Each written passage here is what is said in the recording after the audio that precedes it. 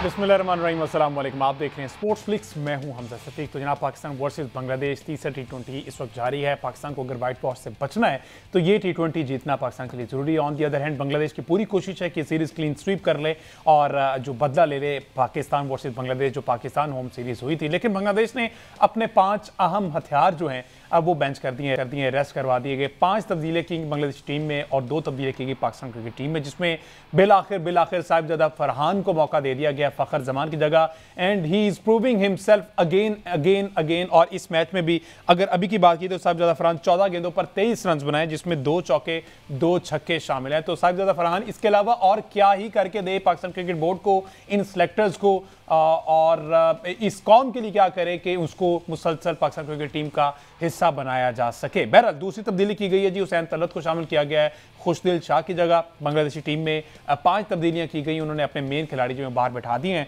बहरहाल टॉस जीता बांग्लादेश ने, उन्होंने टॉस जीतकर पहले फील्डिंग का फैसला किया ओवरकास्ट देखते हुए। लेकिन सलमान अली आगा ने कहा कि हर गेम नया गेम है, नया दिन नया गेम, हम कोशिश करेंगे ये मैच जीतें। बहुत से सवालिया निशान इस सीरीज के बाद उठने वाले हैं टीम मैनेजमेंट पर और सिलेक्शन कमेटी पर, कप्तान पर और इन प्लेयर्स पर जो कि इन कंडीशंस को अडॉप्ट करने में नाकाम दिखाई दी। इसके अलावा हमें बात करनी है, आज भरपूर फतह और जश्न मनाया जा रहा है पाकिस्तान क्रिकेट बोर्ड में भी, ACC में भी, क्योंकि मोहसिन नकवी साहब की जीत हुई है। बड़े बुलंदोबांग दावे किए गए कि जनाब हम ये कर देंगे, वो कर देंगे, एशिया कप का बॉयकॉट कर देंगे, हम एशिया कप मीटिंग में नहीं आएंगे, ढाका में मीटिंग नहीं होगी, कहीं और नहीं होगी। लेकिन मोहसिन नकवी साहब ने कहा जो होगा यहां पर हो गया, जो कहा वो ही होगा। तो मोहसिन नकवी ने अपने स्टांस पर कायम रहे, उन्होंने स्टैंड लिया और बिल आखिर भारत को घुटने टेकने पड़े। और आज के इजलास में भारत वर्चुअली शामिल हुआ। नकवी साहब ने कहा था कि अगर आप फिजिकली नहीं आना चाहते तो ऑनलाइन ज्वाइन कर लें, जिस पर भारत इस पर भी एतराज कर रहा था। उसने अपने साथ श्रीलंका को मिलाया, अपने साथ अफगानिस्तान को मिलाया, लेकिन बैकडोर राब्ते नकवी साहब के भी जारी थे।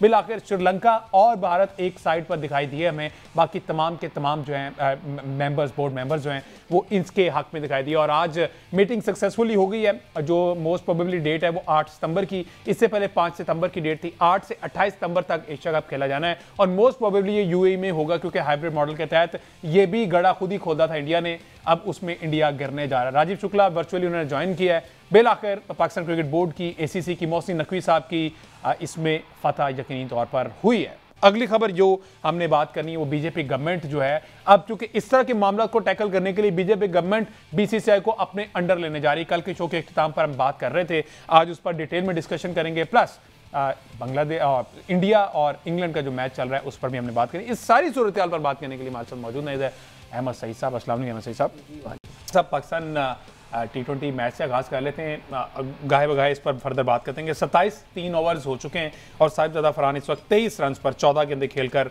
मौजूद हैं।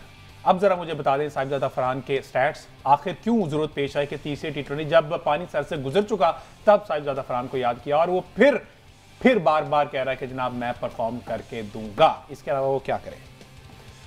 देखें, पता नहीं है किस किस्म की टीम मैनेजमेंट है जिसको ये समझने में कि बांग्लादेश की पिचेस के ऊपर स्पेशलिस्ट बैटर्स ही चलते हैं, उन्होंने पूरी सीरीज़ गंवा दी। आज साहिबजादा फरहान को भी टीम में लिया है, हुसैन तलत को भी टीम में लिया है, लेकिन ये फोर्स चेंजेस हैं जो आपकी नाकिस प्लानिंग में, जिसमें आप नाकाम हुए, उसके नतीजे में आपको तब्दीलियां करनी पड़ रही हैं, वरना ये तब्दीलियां आपके प्लान का हिस्सा नहीं थी। तो किस किस्म का वो एक्सपोजर है, किस किस्म का वो कोचिंग स्टाफ है जो यही नहीं बता पाया कि बांग्लादेश की पिचेस के ऊपर जहां पर लो स्कोरिंग मैच होते हैं, टर्निंग ट्रैक होते हैं, वहां पर बिट्स एंड पेसेस की बजाय स्पेशलिस्ट बैट्समैन के साथ ही जाना चाहिए। दुनिया भर की टीम है, जब से 2021 से ये ट्रेंड शुरू हुआ है बांग्लादेश के अंदर, बांग्लादेश ने ऑस्ट्रेलिया को शिकस्त दी, बांग्लादेश न्यूजीलैंड को शिकस्त दी, उन्होंने श्रीलंका को शिकस्त दी और बहुत सारी टीमें, साउथ अफ्रीका को उन्हें शिकस्त दी। तो पिछले 3 सालों में जब से उन्हें इस तरह की ट्रैक्स बनाना शुरू किए हैं, हर टीम अपने स्पेशलिस्ट बैट्समैन के साथ वहाँ जा रही है। और अगर स्टैट्स बताने वालों ने ये नहीं बताना कि वहाँ पर किस किस्म के बैट्समैन चलते हैं, किस किस्म की बैटिंग चलती है, किस जोन में, किस लाइन के ऊपर, किस स्पिनर के अगेंस्ट वहाँ पर कब अटैक करना है, तो फिर उन स्टैट्स वालों को, जिन स्टैट्स वालों की बातें सुन के आपने माइक हसन साहब को कोच लगाया हुआ है, उनका क्या काम है पाकिस्तानी टीम के साथ, उनका क्या कॉन्ट्रीब्यूशन है। दूसरी बात यह है कि थोड़ी सी शर्मिंदगी का मकाम भी है आज हमारे लिए भी, और पता नहीं वहाँ पर बैठे हुए शर्मिंदा हो रहे हैं कि नहीं हो रहे हैं। यानी बांग्लादेश जैसी टीम 10वें नंबर की टीम है रैंकिंग के अंदर, वो इतनी कंफर्टेबल आपके साथ जा रही है कि उसने आधी टीम बाहर बिठा दी अक्सर मैच खेलने के लिए। मुझे जब मैंने ये देखा कि उन्हें 5 तब्दीलियाँ कर दी हैं अपनी टीम के लिए एक ऐसे मैच में कि ज़ाहिर है वो सीरीज तो जीत चुके हैं, तो वो आपको ऐसे ट्रीट कर रहे हैं कि जैसे आप उनके सामने कुछ है ही नहीं। 5 बंदे रेस्ट कराए, 5 बंदे अंदर किए, चलो अब तुम आके मैच प्रैक्टिस कर लो पाकिस्तान टीम के खिलाफ। तो अनफॉर्चुनेटली इस वक्त पाकिस्तानी क्रिकेट तबाही के दहाने पर, जिसको हम कहते थे पहले हमारे मीडिया के अंदर, खबरों के अंदर भी सुर्खियाँ लगती थीं, अब पाकिस्तानी टीम जो है वो उस तबाही के गड्ढे में मुकम्मल तौर पर गिर चुकी है। और टीमें आपको इस तरह से ट्रीट करती हैं कि बांग्लादेश की टीम ने अपनी आधी टीम आपके खिलाफ रेस्ट करा दी है, तो थोड़ी सी शर्मिंदगी का मकाम भी हमारे लिए है। अगर इससे अब बाउंस बैक करना है, यहाँ से आगे लेकर चलना है चीज़ों को, तो उसके लिए आपको वहीं से शुरू करना होगा जहाँ से ख़राबी का आगाज़ हुआ है। देखें, अगर आप 3 डे क्रिकेट नहीं करवाएंगे, अंडर 19 के क्रिकेटर को आप डेवलप नहीं करेंगे, 18 के क्रिकेटर को आप डेवलप नहीं करेंगे, तो इंटरनेशनली प्रिपेयर्ड जो बंदा होता है, जो प्लेयर होता है, वो सीनियर टीम को नहीं मिलेगा। सीनियर टीम, जब बंदा सीनियर टीम में आ जाता है तो फिर उसकी ट्रेनिंग नहीं हो सकती, उसकी बेसिक्स ठीक होनी है अंडर 19 में, 18 के साथ, अंडर 14 में, स्कूल क्रिकेट में। जहां आप उसे 3 डे 4 डे क्रिकेट खिलाएंगे तो आपके पास internationally prepared product senior team में आएगा। मसला यह है कि ये समझते हैं कि सीनियर टीम में आने के बाद कोचिंग की जाती है बंदे की, और यही खराबियां खामियां हमें नजर आती हैं इनकी टेक्निक्स के अंदर भी, इनकी बैटिंग के अंदर भी। तो जब तक आप वापस जाकर अपने उस मॉडल को ठीक नहीं करेंगे, उस वक्त तक आपकी टेस्ट क्रिकेट ठीक नहीं होगी, आपकी वनडे क्रिकेट ठीक नहीं होगी, और आपकी T20 क्रिकेट भी ठीक नहीं होगी। आप जितने मर्जी T20 मैच खेल लें, आपका प्रोडक्ट अच्छा नहीं होगा, रिजल्ट अच्छे नहीं आएंगे, स्पॉन्सर नहीं आएंगे, फाइनेंशियल मॉडल्स फेल होंगे। फाइनेंशियल मॉडल फेल होंगे तो रेवेन्यू जनरेशन में आप कहीं पीछे खड़े होंगे, जिसके बाद मुझे बताने की जरूरत नहीं है कि आपके क्रिकेट का क्या हाल होगा। अच्छा, इन 2 T20 पहले जो गुजरे, मेरा ख्याल फ़खर जमान को ओपनिंग स्लॉट में रहना चाहिए था या तीसरे नंबर पे आना चाहिए था, मोहम्मद हारिस को बाहर बैठाना चाहिए था। इसमें ऑल इन ऑल गलती साथ ज़्यादा फरहान की, क्योंकि वो पहले गिव अप कर चुके थे, वो इंटरेस्टेड नहीं थे कीपिंग करने में। उन्होंने पहले बता दिया था कि कीपिंग में इंटरेस्टेड नहीं हूँ, दैट्स वाई मेरे ख्याल सिलेक्शन कमेटी की मजबूरी थी हारिस को मुसलसल कंटिन्यू करना। देखिए, प्लेयर कौन होता है बताने वाला कि मेरा रोल क्या है टीम के अंदर? ये तो टीम मैनेजमेंट ने बताना है, कोच ने बताना है प्लेयर्स को कि आपका ये रोल है टीम के अंदर, हम आपको इस रोल में लाना। पाकिस्तान क्रिकेट में माजी में उमर अकमल विकेट कीपिंग नहीं करते रहे, करवा ली ना उनसे विकेट कीपिंग।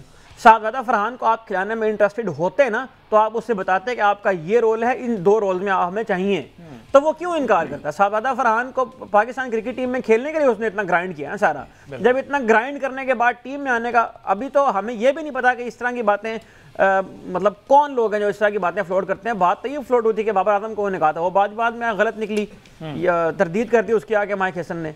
तो शाहजादा फरहान पाकिस्तानी टीम का एक प्लेयर है जिसका टीम में जो रोल है वो डिफाइन करके देना है उसके कोचेस ने। प्लेयर कौन होता है डिक्टेट करने वाला कि मैं टीम में इस हैसियत में खेलना चाहता हूं? हाँ, कोचिंग स्टाफ को जब प्लेयर के रोल का तयन करना है तो उसके सामने प्लेयर का एक पूरा पोर्टफोलियो होना चाहिए कि ये इस प्लेयर की खामियां हैं, ये इसकी खूबियां हैं, ये इसकी लिमिटेशंस हैं, ये इसकी स्ट्रेंथ्स हैं, और हम इसको इन वसाइल के साथ जो है वो इस्तेमाल कर सकते हैं। तो अनफॉर्चुनेटली हमें तो ये भी नहीं पता कि शाहजादा फरहान ने ये बात कही भी है कि नहीं कही है, बाबर आजम ने ये बात कही भी है कि नहीं कही है। बातें जो है वो बहुत सारी आ जाती हैं चीज़ों के अंदर, लेकिन उनकी फिर 2 दिन बाद तरदीद भी हो जाती है। तो मैं नहीं समझता कि शाहजादा फरहान जिस कैलिबर का वो प्लेयर है, जिस माइंडसेट का वो प्लेयर है, और जिस तरह से चैलेंजेस को वो हेड ऑन करता है, मैं नहीं समझता कि उसने अपनी कोई लिमिटेशन रखी होगी। फिर दूसरी बात यह है कि आपके पास विकेट कीपिंग में सिर्फ मोहम्मद हारिस की ऑप्शन है, पूरे पाकिस्तान में विकेट कीपर कोई नहीं है। मोहम्मद हारिस ने अगेन इंटरनेशनल क्रिकेट में बांग्लादेश के खिलाफ कजाफी स्टेडियम की फ्लैट पिच पे 100 करने के अलावा, और वो 3 शॉट जो उसने 2022 के वर्ल्ड कप में साउथ अफ्रीका को मारे थे, आप एक मैच बता सकते हैं कि मोहम्मद हारिस ने वो मैच सिंगल हैंडेडली जितवाया है? 2-2 ढाई सौ इनको हो गए क्रिकेट खेलते हुए, 130 मेरा ख्याल T20 खेल बैठा है मोहम्मद हारिस।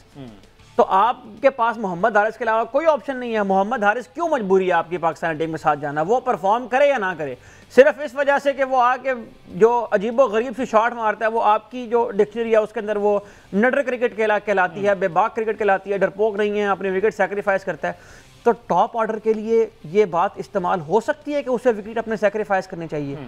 विकेट सेक्रीफाइस करने की टर्म यूज हुआ करती थी टेल एंडर्स के लिए, इसलिए कि दूसरे एंड पर जो बैट्समैन सेट खड़े होते ना, उनको बचाना होता था। बिल्कुल ठीक। और विकेट सेक्रीफाइस करना उस वक्त जरूरी होता था जब आपने एंड पे आके आपकी टीम ने अच्छा स्कोर कर लिया होता था और आखिर में आके आपको हिटिंग करनी होती थी, 5-7 ओवर खेलने होते थे वनडे क्रिकेट के अंदर, तो वहाँ पर आकर ये कहा था कि विकेट सेक्रीफाइस करो। और ख़ास तौर पे जिस कंडीशन में आप क्रिकेट खेल रहे हैं वहाँ विकेट सेक्रीफाइस करने के बजाय लंबा खेलना था, लेके जाना था, 25-25, 30-30, 40-40 रन बनाने थे यहाँ पे। अनफॉर्चुनेटली इतनी भी सलाहियत नहीं है आपके प्लेयर्स के अंदर कि वो ये रन बना सकें। तो साहबजादा फरहान अभी मेरा ख्याल है कि वो दोबारा ये प्रूव कर रहा है कि जो प्रोडक्ट आपने पहले रखे हुए हैं, जो आपकी तरजीह में शामिल है, जिनके साथ आपने स्टार्ट की सीरीज़, वो लड़के आपकी तरजीह के अंदर शामिल हैं। और इस तरह का जो टेक्निकली करेक्ट बैट्समैन है, जो हर फॉर्मेट में खेलना जानता है, हर तरह की क्रिकेट खेलना वो जानता है, वो आपकी तरजीहात का हिस्सा नहीं है। और अगेन आपने पूछा कि इन प्लेयर को क्या करना चाहिए, तो आज भी सुफियान मुकीम इस टीम का हिस्सा नहीं है। सीरीज हारने के बाद जब उनको ये अंदाजा हो गया कि उन्होंने मुस्तफिजुर रहमान को रेस्ट करा दिया, उनका मेन बॉलर है, हम अपने सो कॉल्ड मेन बॉलर्स को रेस्ट करा के सुफियान मुकीम को टीम में नहीं ला सके। इसके लिए अब इनको करना ये चाहिए कि इन्हें किसी बड़े कैरेक्टर को तलाश करना चाहिए और कोशिश करके उसके दामाद बन जाएं, ताकि इनकी भी टीम में जगह बन जाए। ठीक है, सुफियान मुकीम पर एक ब्रेक के बाद बात करते हैं। और दूसरा ये पॉइंट टू बी नोटेड कि आज 5 सीमर्स के साथ पाकिस्तान क्रिकेट टीम जो है वो ये मैच खेल रही है। और कहा यह जाता था कि ये स्पिन फ्रेंडली विकेट है, इसके लिए कैंप कराची में लगाया गया। इस पर बात करते हैं एक ब्रेक के बाद। Stay with us. Welcome back ji. बात हो रही है पाकिस्तान वर्सेस बांग्लादेश तीसरे T20 मैच के हवाले से और साहिबजादा फरहान की परफॉर्मेंस के बारे में बात कर रहे थे। इससे पहले अभी इस वक्त अगर देखा जाए तो साहिबजादा फरहान 37 रन बना चुके हैं 25 गेंदों पर, जिसमें 4 चौके 3 छक्के शामिल हैं। तो साहिबजादा फरहान ने अपने आप को दोबारा से साबित कर दिया। ब्रेक पे जाने से पहले सुफियान मुकीम की बात हो रही थी अहमद सईद साहब कि आखिर अब वो क्या करें। बट आपको लगता है कि इस प्लेइंग 11 में सुफियान की जगह बनती थी कहीं पे? अगर बनती है तो किसको निकाल कर उसकी जगह सुफियान मुकीम को रखा जाए? क्योंकि कंडीशंस तो सपोर्ट कर रही इंटायरली सीमर्स को, और हमने 5 सीमर्स अब हुसैन तलत भी ले आए। अगर नवाज को बाहर करते तो नवाज ने पिछले मैच में परफॉर्म किया था, आई गेस सो। नवाज ने पिछले मैच में परफॉर्म करने में नाकाम रहे थे, उससे पिछले मैच में परफॉर्म करने में नाकाम स्पोर्टिव रोल का उसका किरदार बीइंग सीनियर, वैसे भी वो तो अगर उन्होंने परफॉर्म किया भी था, जिस बंदे ने ये परफॉर्म किया है, अगर उसकी परफॉर्मेंस टीम को जितवाने काम नहीं आ रही है तो वो तो फिर सिर्फ नंबर्स हैं जो आप दिखा के लोगों को मुस्तकबिल में जब ये सीरीज़ गुजर जाएगी 2 हफ्ते बाद, 3 हफ्ते बाद, 4 हफ्ते बाद, ये जब आपने नेक्स्ट टीम बनानी होगी, वो दिखा के आप लोगों को गुमराह। अच्छा, आप समझते हैं कि नवाज की जगह सुफियान को मौका दे देना चाहिए था? तो क्यों नहीं देना चाहिए? इस मैच के आप फॉर एग्जांपल अगर आप देखें, इस मैच को जीत के अब आपने क्या करना है इसमें से? अगर आप इस मैच को जीतते भी हैं, सीरीज तो आप हार गए, एक बेजान सा मैच है। उस बेजान मैच में बांग्लादेश की टीम ने 5 तब्दीलियां कर दी हैं। मतलब उनको भी कोई इतनी वो आखिर नहीं आई हुई कि उन्हें आपको क्लीन स्वीप करके ही घर भेजना है। उन्होंने अपने लड़के आजमाए हैं। उन्होंने कहा है कि ये लड़के अगर आज परफॉर्म करते हैं तो एक तो हम क्लीन स्वीप करेंगे, दूसरा हमें हो सकता है मुस्तकबिल के लिए कोई 1-2 लड़के मिल जाएं। तो यही काम हम क्यों नहीं कर सकते? खतरा और खौफ सिर्फ इस बात का है कि सुफियान मुकीम टीम में आता है और वो परफॉर्म कर जाता है, तो इंजर्ड होकर जो एक दामाद साहब बाहर गए हुए हैं, वो अगर वापस आते हैं तो वो दोबारा कैसे एडजस्ट होंगे? अनफॉर्चुनेटली उन्होंने पहले भी परफॉर्म किया हुआ ना। सुफियान ने कहा नहीं परफॉर्म किया, सुफियान का पहला मैच ले लें और आखिरी मैच ले लें, उन्होंने परफॉर्म किया है तो उनको तो जरूरत नहीं है मजीद। सुफियान को हर जगह टीम में उस वक्त डाला जाता था जब सीरीज खत्म हो जाती थी, जब उस सीरीज का रिजल्ट आ चुका होता था, जब 2 मैच हम हार चुके होते, न्यूजीलैंड के खिलाफ हम 2-0 डाउन हो चुके थे और हमें कोई उम्मीद नजर नहीं आ रही थी, तो हमने शादाब खान के साथ सुफियान मुकीम को एक 11 में डाल दिया था। अब प्रॉब्लम यह है कि यहाँ पर आपको अगर सीमर्स ट्राई करने हैं, 5 सीमर्स ट्राई करने हैं, तो आप उनकी पहले ट्रेनिंग को नहीं करवा कराया। उस तरह की ट्रेनिंग कैंप तो आपने रखा था कराची के अंदर। तो मसला यह है कि जो पेपर आना है ना, जो निसाब आप पढ़ा रहे हैं, आपका करिकुलम उस पेपर से अलाइंड ही नहीं है। आपकी जो तैयारी है ना, वो आपके आउटकम के साथ अलाइंड ही नहीं है। आप तैयारी कुछ और करते हैं, पेपर में कुछ और आना होता है, और नतीजा फिर जाहिर है कि वही निकलना है जिसकी आपने तैयारी की है। वो तैयारी फेलियर की है, वो तैयारी पास होने की नहीं है। आपके पास जो वसाइल हैं, आपके पास जो प्लेयर्स हैं, वो तो आपकी उस कंडीशन से हम आहंगी नहीं जिनको आप वहाँ खिलाए जा रहे हैं। और जिस प्लेयर ने वहाँ खेलना है उसको आप इस खौफ से नहीं खिला रहे कि वो अगर आके परफॉर्म कर गया तो हमें इसको फ्यूचर में टीम के साथ कैरी करना पड़ेगा।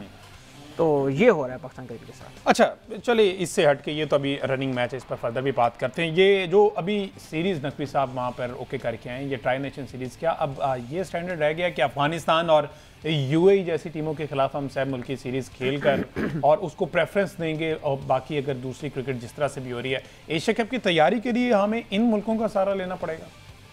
हम पिछले 2 साल से किस तरह की टीमों से खेल रहे हैं? हम तो खेल ही नहीं रहे हैं। हम खेल रहे हैं आयरलैंड से, हम खेल रहे हैं जिम्बाब्वे से, हम खेल रहे हैं बांग्लादेश से, हम खेल रहे हैं न्यूजीलैंड की जो 3rd tier 2nd tier team आती है उनके साथ हम खेल। दरमियान में हमने एक सीरीज साउथ अफ्रीका ऑस्ट्रेलिया में जाकर खेली थी, हम वो सीरीज जीतने भी कामयाब हो गए थे। उसमें भी ऑस्ट्रेलिया की मुकम्मल टीम उस तरह से नहीं खेल रही थी, ऑस्ट्रेलिया का जो पूरा बॉलिंग अटैक था वो बाहर बैठा हुआ था। साउथ अफ्रीका वाली एक सीरीज ऐसी है जिसके बारे में आप कह सकते हैं कि वो कमो बेश मुकम्मल टीम थी और हम पहली बार उनको वहाँ पर क्लीन स्वीप करने में कामयाब हुए थे। जो पिछले 2 सालों में हमने सबसे अहम सीरीज़ जिसको कह लें कि हमने जीती है, जो हमारे क्रेडिट पर है। उसके अलावा इंग्लैंड की टीम पाकिस्तान आई थी, उसके साथ हमने जो फ्लैट पिच बनाई थी उसमें उन्होंने हमें 800 रन मारे थे टेस्ट मैच में। उसके बाद हमने स्पिन विकेटें बनाई और उन स्पिन विकेटों पर हम उन्हें हराने में कामयाब हुए, जहाँ हमने इतने बड़े बड़े पंखे लगा के पिच को सुखा कर स्पिनर्स के लिए जो है उसको तैयार करना है। उसमें कोई हर्ज नहीं है, आपको होम एडवांटेज था, आपने इस्तेमाल किया।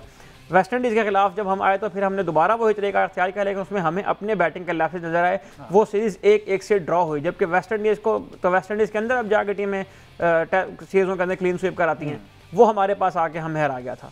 तो मसला ये है कि हम तो पिछले 2 सालों में 2.5 सालों में जिस तरह क्रिकेट खेल रहे हैं, जिस स्टैंडर्ड के ऊपर हम आ गए हैं, और ये ऐसा डाउनफॉल नहीं है कि जो अचानक आ गया हो, ये एक ग्रेजुअल डाउनफॉल है।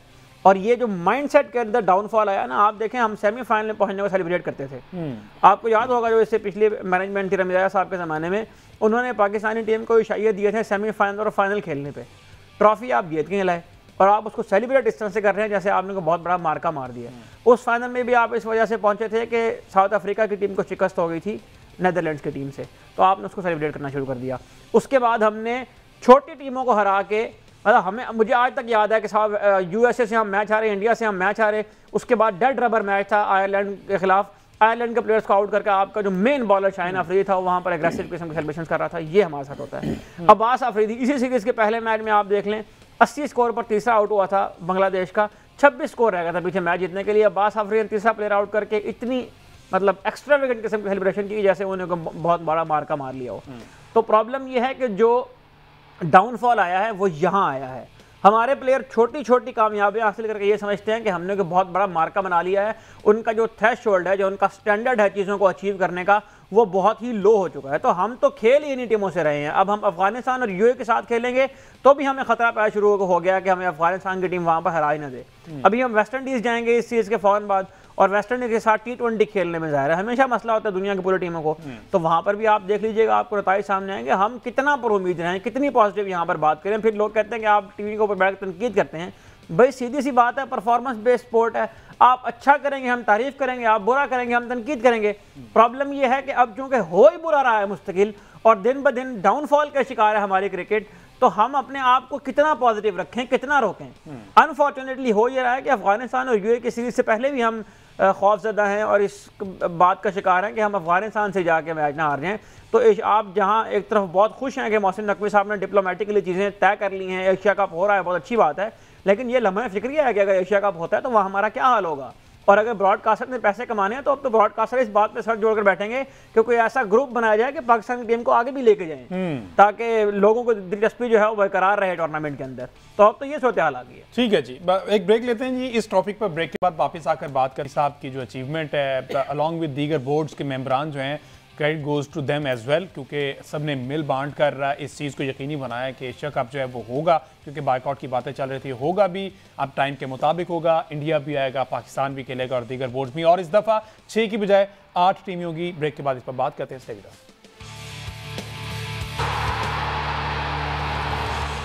Welcome back ji. बात हो रही है पाकिस्तान क्रिकेट के हवाले से, तो पाकिस्तान क्रिकेट से याद आया कि मोहसिन नकवी साहब जिस स्टांस पर कायम थे कि ढाका में ही ACC का सालाना इजलास होगा, जिस पर भारत अलॉन्ग विद श्रीलंका और कहीं ना कहीं अफगानिस्तान को उन्होंने साथ में लाया और एक लॉबी बनाने की कोशिश की गई कि ढाका से ये इजलास जो है किसी और जगह मुंतकिल किया जाए, लेकिन इसमें भारत को सुबकी का सामना हुआ है और भारत जो है इसमें वो जो गड़ा खोदता है हमेशा उसी में गिर जाता है। अब भारत को ये सोचना पड़ेगा, ना सिर्फ पाकिस्तान बल्कि पूरी दुनिया अगर क्रिकेट की बात की जाए तो इनके अगेंस्ट स्टैंड लेने में इस वक्त इंटरेस्टेड है, चाहे वो इंग्लैंड है, न्यूजीलैंड है, ऑस्ट्रेलिया है, उन्होंने पहले भी इनके अगेंस्ट स्टैंड लिया है, वो अब भी बात हो रही। तो अब जो भारत की इजारादारी है वो कहीं ना कहीं खत्म होती हुई दिखाई दे रही है और बिल आखिर भारत को घुटने टेकने पड़े हैं इस वक्त ACC के चेयरमैन मोहसिन रजा नकवी के सामने। और नकवी साहब की बहुत बड़ी अचीवमेंट है, क्योंकि इससे पहले बहुत से बोर्ड्स जो आते थे चेयरमैन बोर्ड, वो हाथ खड़े कर जाते थे भारत के सामने, क्योंकि भारत एक पावर है, पैसा है, उनकी सुनी जाती है, ICC में असर रसूख है। लेकिन नकवी साहब ने चैंपियंस ट्रॉफी के टाइम पर भी अपनी बात पर कायम रहे, इसमें भी एशिया कप को भी लेकर अब जो है मोस्ट प्रोबेबली यूएई का मैदान होगा, अबू धाबी और शारजाह और यूएई में खेला जाएगा ये एशिया कप T20 फॉर्मेट पर 8 से 28 सितंबर के दौरान। तो अहमद सईद साहब, बिलाखिर कामयाबी तो है, छोड़े पाकिस्तान क्रिकेट जो भी है, लेकिन नकवी साहब ने जो स्टैंड लिया था उस पर कायम है, उस मौक़िफ़ पर कायम है और भारत को एक दफ़ा पता चला है कि जनाब पाकिस्तान जो है वो इस वक्त तगड़े पांव खड़ा है 6-0 के बाद।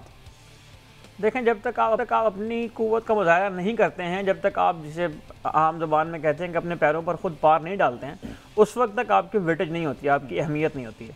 तो नकवी साहब जब से आए हैं, मतलब 6-0 से पहले भी नकवी साहब का जो स्टांस था वो भी, जब से नकवी साहब आए हैं उन्हें आते ही पहली बात ये करनी शुरू की थी कि अगर भारत नहीं आएगा पाकिस्तान तो हम भी वहाँ नहीं जाएंगे खेलने के लिए। ये वाला स्टांस पहली बार मोहसिन नकवी साहब के ज़माने के बाद ही, उनके आने के बाद ही शुरू हुआ। और उसके बाद जब चैम्पियंस ट्रॉफी का पूरा एक वो 6 महीने का पूरा एक सिलसिला चला जिसमें चैम्पियंस ट्रॉफी के बाइकआउट करने की बात की जाती थी और हाइब्रिड मॉडल के तहत भी खेलने की बात की जाती थी, स्टेडियम्स तामीर करने की बात की जाती थी, तो नकवी साहब ने रिकॉर्ड टाइम के अंदर स्टेडियम्स को भी इंटरनेशनल स्टैंडर्ड के मुताबिक बना दिया, चैम्पियंस ट्रॉफी को ऑर्गेनाइज भी करवा के दिखा दिया पाकिस्तान के अंदर। हाइब्रिड मॉडल को इस शर्त पर कबूल किया गया उस वक्त भी कि अगर भारत नहीं आएगा पाकिस्तान तो हम भी पाकिस्तान खेलने के लिए नहीं जाएंगे किसी भी इवेंट में, क्योंकि उन्हें इस बात का अंदाज़ा था कि 2031 तक के जितने भी इवेंट्स हैं उनमें भारत ने 4, 5, 6 इवेंट्स की मेज़बानी करनी है। तो वो चाहे मेंस क्रिकेट हो चाहे वुमेंस क्रिकेट हो, उसमें पाकिस्तान भारत जाकर क्रिकेट नहीं खेलेगा। उसका आगाज़ हो चुका था पहले ही जब वुमेंस वर्ल्ड कप के लिए टीम अनाउंस हुई और उसका स्केड्यूल का जब ऐलान हुआ, तो अब पाकिस्तान की टीम वहाँ पर भी जो अपने मैचेस हैं वो श्रीलंका में जाकर पाकिस्तान की टीम अपने मैचेस खेलेगी, तो वो भी हाइब्रिड मॉडल के तहत खेला जाएगा। अब जब ये वाला मामला बना है एशिया कप का, तो जाहिर है कि वो पहले से प्रिपेयर्ड थे मोहसिन नकवी साहब, वो जानते हैं अपने हमसायों के फितरत को भी, और जाहिर है कि उससे पहले वो निबट भी आए थे चैम्पियंस ट्रॉफी के अंदर। रही सही कसर जो है वो फिर इस 6-0 ने पूरी कर दी है, और उसके बाद से तो जाहिर है कि भारत को आलमी दुनिया के अंदर भी, ना सिर्फ सफारतकारी के अंदर बल्कि खेलों के मैदान के अंदर भी आए रोज़ इस तरह की सुबकी का जो है वो उन्हें सामना करना पड़ता है। पहले वो ये कहते थे कि हम वर्ल्ड टेस्ट चैम्पियनशिप का फाइनल अपने मुल्क में करवा कर दिखाएंगे, ICC ने अगले तीनों जो इवेंट हैं वो इंग्लैंड को दे दिए। उसके बाद जो है वो उन्होंने एशिया कप के अंदर पंगा डालने की कोशिश की, उसमें उन्होंने लॉबिंग करना शुरू की, लेकिन जाहिर है कि जिस तरह की इस वक्त कंडीशन बनी हुई है, जियो पॉलिटिकल सिचुएशन जो है इस रीजन की, उसमें ना अफगानिस्तान इनके साथ बैठने के लिए तैयार है, ना बांग्लादेश इनके साथ बैठने के लिए तैयार है। मालदीव और भूटान जैसे ममालिक भी इनको बता चुके हैं कि अब हालात बदल गए हैं, ज़माना बदल गया है, हालात बदल गए हैं, ख्यालात बदल गए हैं। तो अब उसके नतीजे के तौर पर यह हुआ है कि जब ढाका में इजलास, ना सिर्फ मोहसिन नकवी साहब बल्कि बांग्लादेश क्रिकेट बोर्ड ने भी बहुत फर्म स्टांस लिया उसके ऊपर कि इजलास होगा तो ढाका के अंदर ही होगा, बांग्लादेश के अंदर ही होगा। इनकी देखा देखी फिर जब जो है वो अफगानिस्तान और श्रीलंका के बोर्ड भी शरीक हुए हैं, तो फिर भारत जो है मजबूरन इस इजलास के अंदर शरीक हुआ है, क्योंकि भारत को यह महसूस हो रहा था कि अगर अब इजलास में शरीक ना हुए तो ये हमारे बगैर ही एशिया कप करवा देंगे। तो मेरा ख्याल है कि भारत को थोड़े से होश के नाखून लेने चाहिए और उन्हें ये बात समझनी चाहिए कि उन्होंने अपनी फाइनेंशियल मॉडल, फाइनेंशियल हेजिमनी की बुनियाद पर जो ब्लैकमेलिंग शुरू की हुई है क्रिकेट के अंदर और ICC के अंदर, वो अब चलने वाली ज़्यादा देर तक नहीं है। उसकी वजह यह है कि अब एक तो छोटे बोर्ड्स को समझ आ गई है कि मामलात किस तरह चलते हैं, और अब उनके मुकाबले में लोगों ने स्टांस लेना भी शुरू कर दिया है, और इसी को ही अब ज़ाहिर है कि इख्तियार करेंगे आइंदा आने वाले दिनों में। अब ये जो खबर आप सुन रहे हैं कि BCCI को अंडर लाया जा रहा है स्पोर्ट्स बोर्ड के अंडर इंडिया में, उसकी भी एक वजह यह है कि उनको जो ओलंपिक और पैरालंपिक का चार्टर है उसके साथ हम आहंग करने के लिए वो स्पोर्ट्स बोर्ड के अंदर आ रहे हैं, ताकि ओलंपिक्स के अंदर भी शिरकत इनकी आसान हो। और ओलंपिक्स के बाद जब जो ओलंपिक्स के बाद की दुनिया होगी उसमें जाहिर है कि बहुत सारे ममालिक इसमें शरीक होंगे। सऊदी अरब की बात होना शुरू हो गई कि वो लीग लेकर आ रहे हैं, चाइना इसमें इन्वॉल्व होगा, अमेरिका इसमें इन्वॉल्व हो चुका है पिछले वर्ल्ड कप से, और इस तरह की जो बड़ी बड़ी इकोनॉमीज़ हैं वो जब आएंगी इसके अंदर, तो भारत की जो हेजिमनी है इस ICC के अंदर और क्रिकेट के अंदर, इट्स अबाउट टाइम कि अब टूट जाएगी। बिल्कुल ठीक है। अच्छा, ये आपने दीगर टीम्स की बात की, इस दफ़ा 8 टीमों के साथ एशिया कप होने जा रहा है, पहले 2 टीमें और ऐड हुई हैं जिसमें मेरे ख्याल ओमान और UAE है, टोटल अब टीमें 8 हो गई हैं, और इसके अलावा एक और मुल्क भी इसमें ऐड है। देखिए, श्रीलंका है, पाकिस्तान है, बांग्लादेश है, अफगानिस्तान है, ओमान है, UAE है, ये ममालिक जो है इस टूर्नामेंट के अंदर शिरकत करेंगे। इसमें जो ओमान और UAE की टीमें हैं वो ज़ाहिर है एसोसिएट मेंबर्स हैं, तो वो ICC इवेंट्स के अंदर भी और SCC इवेंट्स के अंदर भी क्वालिफिकेशन के थ्रू जो है वो आती हैं, तो इनको मिलाकर 8 टीम बनाई जा रही हैं। इसमें मतलब पाकिस्तान क्रिकेट टीम की कारकर्दगी तो जाहिर है कि वो एक तरफ है, और अभी एशिया कप के आने में कुछ वक्त बाकी है, हो सकता है कि हम उस वक्त तक चीज़ें इंप्रूव कर दें, हम अपनी टीम भी ठीक खिलाना शुरू हो जाएं, लेकिन ये कोई बैद नहीं है कि एशिया कप तक जाते हम कोई ऐसी टीम बना लें। और पाकिस्तानी क्रिकेट टीम को अनप्रेडिक्टेबल भी इसीलिए कहा जाता है कि पाकिस्तान हारने को बांग्लादेश और जिम्बाब्वे से हार जाता है, लेकिन जब पाकिस्तान जीतने पर आया तो फिर पाकिस्तान 152 for 0 भी कर देता है और 10 विकेटों से जो है वो शिकस्त दे देता है भारत जैसी टीम को। तो ये कोई बात नहीं है कि हम जिस मायूसी के आलम में है पाकिस्तानी कारकर्दगी देख के हो सकता है कि वो एशिया कप तक बेहतर भी हो जाए। और एशिया कप का वेन्यू भी पाकिस्तान को इस लिहाज से सूट करता है कि दुबई में हम क्रिकेट खेलते रहे हैं, दुबई में PSL भी होती रही है, वहाँ की कंडीशन से भी हम आहंग हैं। लेकिन अगर हमने वहाँ की कंडीशन के साथ भी यही सलूक करना है जो हमने बांग्लादेश की कंडीशन के साथ जाकर किया तो फिर ज़्यादा मुश्किल होगा, लेकिन उसके अकॉर्डिंग अगर हम टीम बनाने में कामयाब हो गए तो वहाँ हमारे बहुत ज़्यादा चांसेस भी हैं जीतने के। ठीक है जी, बहरहाल उन टफ कंडीशंस में जहां पर तमाम के तमाम हमारे बल्लेबाज नाकाम, पहले वो मैचेस में तिगनी का नाच नचाया बांग्लादेशी बॉलर्स ने, वहां पे साहिबजादा फरहान ने 56 रन की इनिंग्स के लिए 35 गेंदों पर 56 रन बनाकर इस वक्त क्रीज पर मौजूद है। 5 चौके और 5 छक्के साहिबजादा फरहान लगा चुके हैं और एक ओपन मैसेज उन सेलेक्टर्स को दे चुके हैं जिन्होंने प्लेइंग 11 तश्कील दी पहले 2 टेस्ट में, पहले 2 मैचेस के लिए। और एक बड़ी अलार्मिंग सी सिचुएशन है, अब चूंकि ये सीरीज एंड हो रही है, आगे वेस्ट इंडीज के लिए उन्होंने अपने आप को रजिस्टर्ड करवा लिया है कि उन कंडीशंस में साहिबजादा फरहान जो है वो एलिजिबल हैं और वो वहां पर खेलकर परफॉर्म करके दिखाएंगे। आने वाले शोज भी इस पर फर्दर भी बात करेंगे। मुझे दीजिए इजाजत, अल्लाह हाफ़िज़।